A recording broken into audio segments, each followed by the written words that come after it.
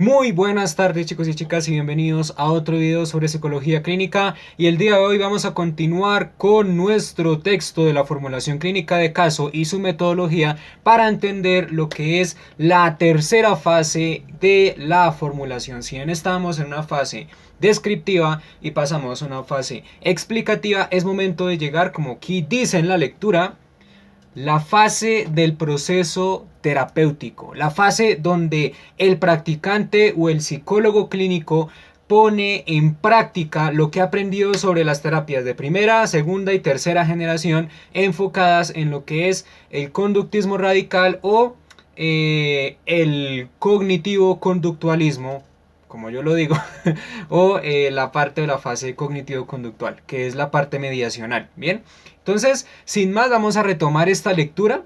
Espero hayan aprovechado el resto de la explicación de la lectura en los demás videos, por si de pronto tienen dudas acerca de toda esta temática de la formulación, de cómo se formula, qué es un análisis funcional y demás. Entonces espero que lo hayan tenido más claro. No obstante, les digo de una vez que vamos a tener un video adicional que va a abrir lo que es todo lo relacionado, lo definido y habido por haber de un análisis funcional, basado en otra lectura para que usted se interese y para que usted siga estudiando conmigo. Bien, entonces, como ya lo hemos hecho, vamos entonces a comenzar leyendo los puntos clave y los puntos más importantes de la lectura para que usted mismo se dé cuenta y caiga en cuenta que en este proceso pues se lleva a cabo diferentes condiciones, ¿no? Diferentes formas que hacen de su plan de intervención algo mucho más objetivo y algo muchísimo mejor. ¿Listo? Entonces, dice así, vuelvo y retomo el texto. Dice: la tercera fase del proceso terapéutico hace referencia al diseño de la propuesta de intervención. Recuerde que usted ya debe tener conocimientos acerca de lo que son las terapias de primera a tercera generación y cómo cada una de estas terapias puede aportar a el planteamiento problema, o más bien a la conducta problema que usted va a trabajar a lo largo del proceso de intervención. Si bien usted ya sabe cómo funciona la conducta, para qué objetivos está esta conducta, pues ya es momento, dentro de la evaluación, pues ya es momento de pasar a la fase de intervención y ver cómo reducimos esa conducta. ¿Listo? Entonces, dice: esta fase involucra la articulación de las hipótesis de mantenimiento con las metas clínicas y las estrategias de intervención.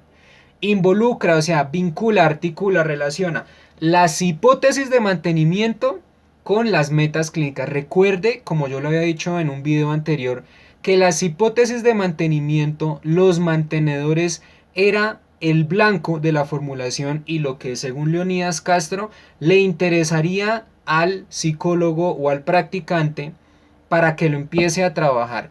¿Qué es lo que mantiene la conducta? Es el objetivo, y otro objetivo que es mucho más relevante ya en la fase de intervención es cómo reducir ese mantenedor.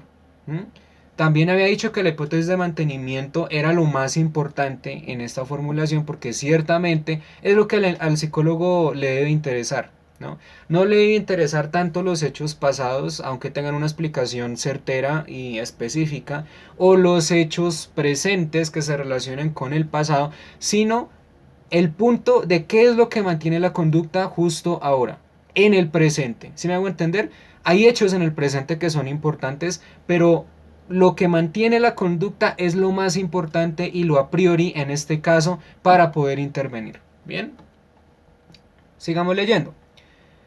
Esta suele ser una fase crucial en el proceso terapéutico debido a que es aquella en la cual el clínico implementará el uso de diferentes técnicas para cumplir las expectativas que tiene el consultante en relación con el problema que llevó a que iniciara el proceso terapéutico. Si se está dando cuenta que nosotros vamos a llegar a un punto, ¿sí? Y ese punto obviamente tiene que tener relación directa con las expectativas del paciente. ¿Mm? Si yo voy a un consultorio de un psicólogo y digo, doctor, es que yo realmente espero de esta terapia manejar mi ansiedad o reducir mi ansiedad, usted tiene que trabajar en ese punto, a partir de ese punto en la fase de evaluación y ver qué variables se asocian con el mantenimiento de la ansiedad para poder reducirla en el proceso de intervención. Y si se está dando cuenta que no está ignorando la expectativa del paciente, ese es el punto crucial e importante dentro de la intervención. Usted ni se le ocurra tratar algo diferente a lo que el paciente espera como expectativa. ¿Listo? Y si por alguna razón usted detecta que efectivamente hay una variable escondida que es la que mantiene una expectativa completamente diferente a la del paciente, usted tiene que explicarle y tiene que decirle cuál es la relación entre esa variable descubierta y la expectativa y por qué va a trabajar esa variable descubierta. ¿Listo? Para que no tenga inconvenientes, para que no, es que de psicólogo yo quería que me trabajara la ansiedad, pero me terminó trabajando otra cosa. Pues no, usted tiene que explicarle. ¿Listo? Y en caso tal de que no encuentre otra variable y le explique o le explique otra cosa y él intervenga otra cosa, pues ahí sí el que queda mal es usted porque hermano era una expectativa completamente diferente. Entonces ese es el punto. Pilas con las expectativas, pilas con los objetivos. Entre más usted llegue a la expectativa, más objetivo se vuelve. ¿Bien? Vale.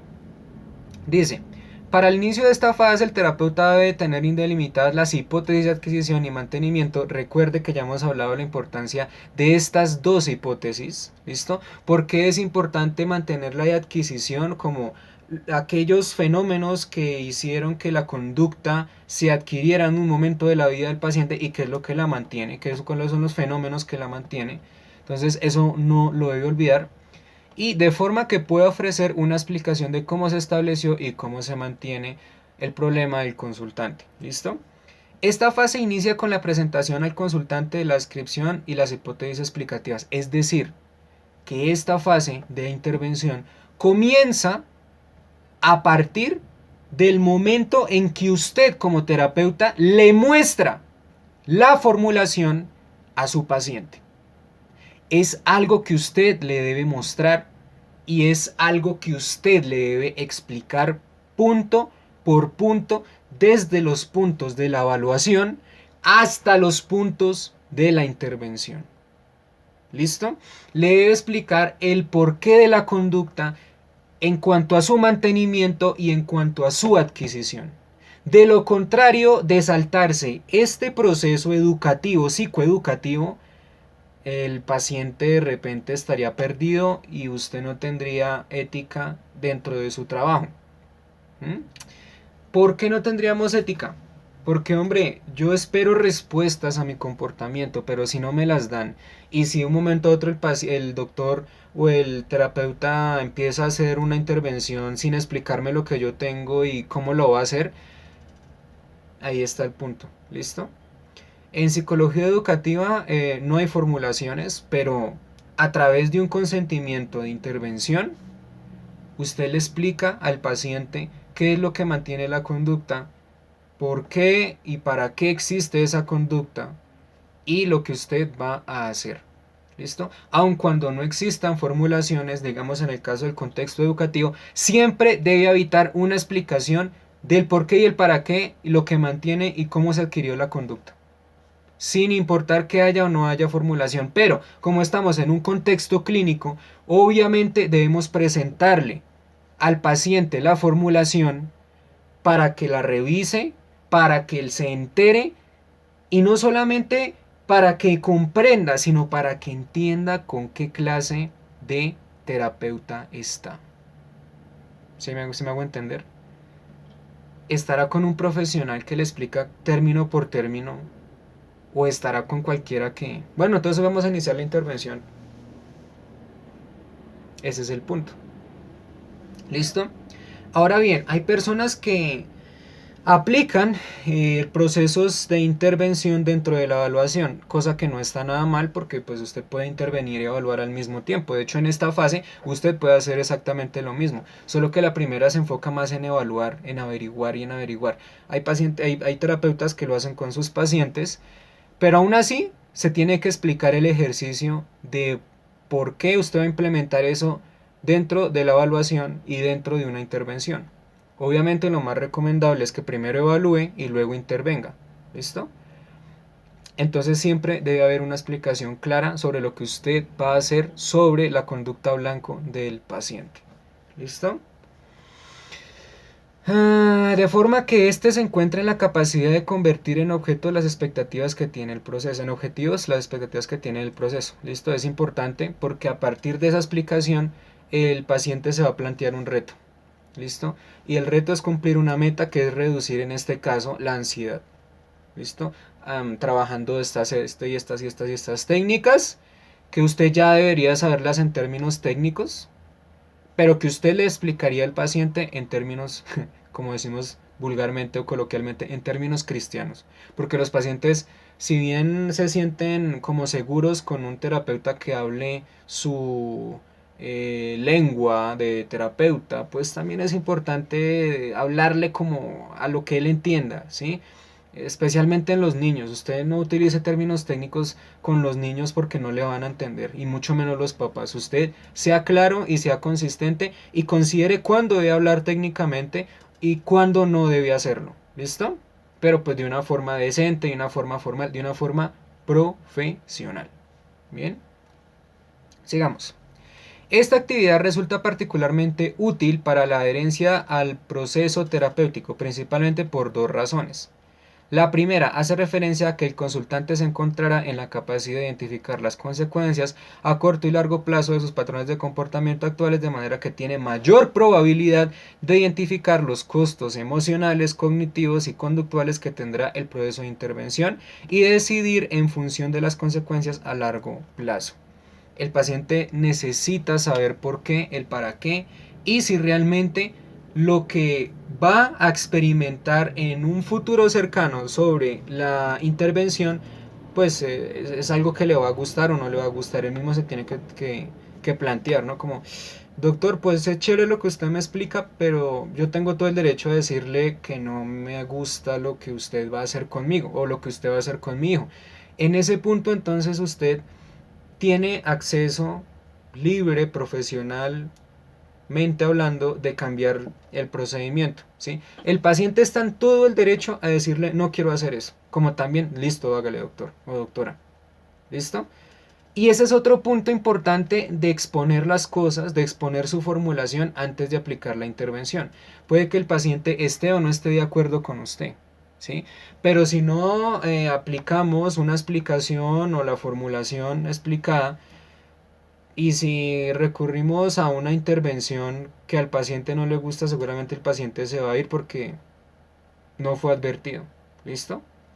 Adicionalmente a los procesos explicativos de la formulación existen consentimientos informados de intervención que van a certificar, a oficializar que efectivamente se va a dar una intervención, y el paciente tiene todo el derecho de decir no, no voy a firmar esto porque ya me he enterado de lo que usted va a hacer con mi hijo o lo que usted va a hacer conmigo, y realmente yo tengo el derecho a solicitarle otro tipo de terapia, y usted como terapeuta tiene toda la obligación de investigar otro tipo de terapia alternativa para que me pueda ayudar, para que no sea tan dolorosa para mí, para que no involucre el recordar a mis seres queridos, o no involucre ir a visitar a la casa de mi exnovio, porque si bien yo tengo una habitación y me la quiere quitar, entonces yo no voy a hacer eso.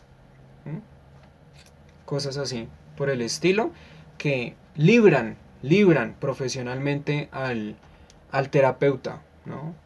Lo digo así porque hay gente que demanda a los terapeutas cuando el terapeuta aplica intervenciones que a las personas no le gustan. Entonces, así usted lo libra de problemas. Ese es el objetivo, otro de los objetivos más importantes del psicólogo. ¿Listo? Librarse de problemas, librarse de inconvenientes. Bien.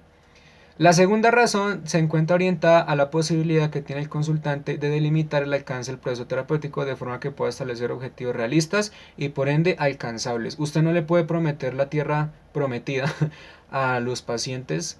Usted tiene que ser realista, usted tiene que decirle, bueno, esto puede ser así, puede llegar a tener estas consecuencias, puede llegar a ser largo plazo, corto plazo en la intervención, y ahí el paciente pues tendrá que limitar sus decisiones y decir, bueno, listo, hágale doctor, o no doctor, muchas gracias, hasta luego, que esté muy bien, o cambiemos la estrategia, ¿listo?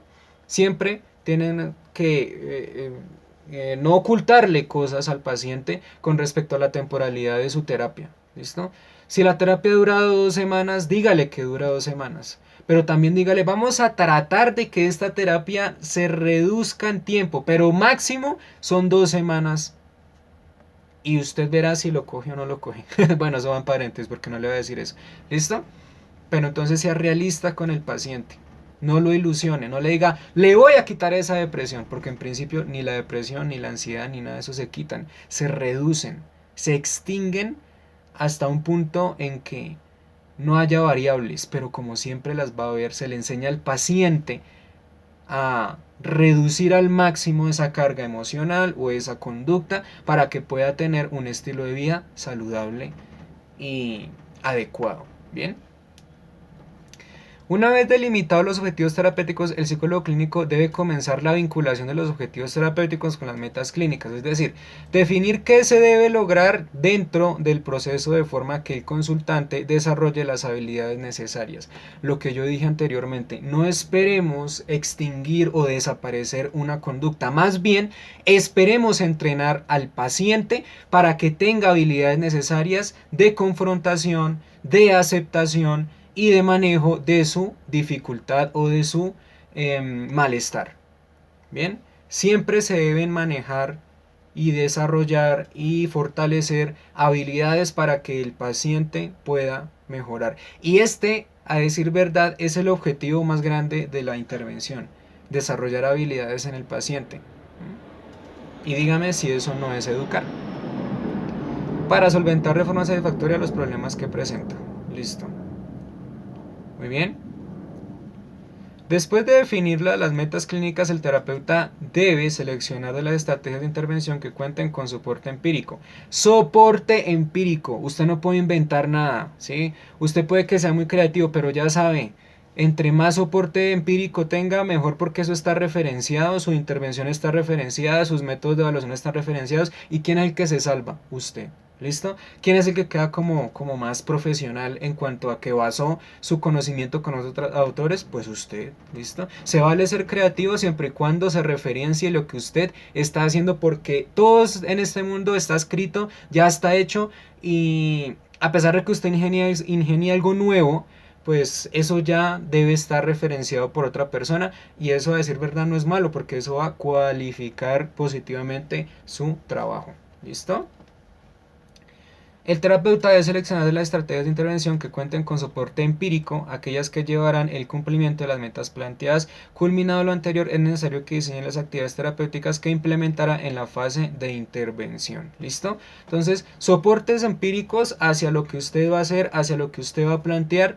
No tenga miedo de referenciar, no, que no se le lastime el ego por referenciar, ¿sí? Simplemente es algo que, si bien usted pensó, también lo pensó otra persona, pero usted lo está aplicando y es genial. Bien. Es importante que las actividades involucren varias metas clínicas. Recuerde que las actividades son los objetivos, para mí son los objetivos específicos para llegar al objetivo general. ¿Listo? Entonces, cada actividad debe tener una meta que conlleve a la motivación del paciente por mejorar y que finalmente conlleve a la reducción de la conducta blanco. ¿Listo? De forma que se optimice la intervención y se facilite la transferencia de lo aprendido en el contexto terapéutico a los contextos con los cuales interactúa el consultante. Verbigracia, áreas de vida familiar, social, afectiva y personal. Es decir, que todo esto se logre como un cultivo de habilidades, se logre hacer un cultivo de habilidades para que el paciente pueda mejorar y responder en los diferentes contextos de su vida, social, afectivo, personal, familiar, laboral, académico y todo esto. ¿Listo? Se tiene que crear un caldo de cultivo en donde se optimicen las habilidades necesarias y donde su terapia debe estar fortalecida por las referencias, por el conocimiento empírico, por el positivismo. ¿Listo? Listo. Usted no puede resultar con algo inventado porque también el paciente va a querer algo que ya se haya hecho con profesionalismo, con investigación y pues hombre, usted podrá ser muy creativo y todo, pero si usted no tiene resultados cuantitativos y cualitativos de lo que usted hasta ahora está haciendo, pues vale ser creativo, pero el paciente siempre se va a sentir más seguro con información dada anteriormente. ¿Listo? Finalmente, la última fase del proceso de formulación consiste en evaluar el impacto del proceso terapéutico. Para esta fase es necesario que el clínico haya definido previamente las medidas específicas que se tendrán en cuenta para evaluar la efectividad del tratamiento. Es por esta razón que resulta especialmente útil tener una línea de base comparable que facilite la evaluación del proceso. La línea de base usted la implementa desde la evaluación o desde el primer comienzo de la intervención para ver si desde este primer comienzo hasta la última sesión su paciente evolucionó o no evolucionó. ¿Listo? Si la conducta desde un comienzo tuvo X frecuencia, se esperaría que al final, desde la línea base tuvo X frecuencia, se esperaría que al final esa conducta se redujera o se decrementara. ¿Bien? Eso es, para eso es la línea de base que usted tiene que tener en cuenta desde la fase de el tratamiento en primer día hasta último día.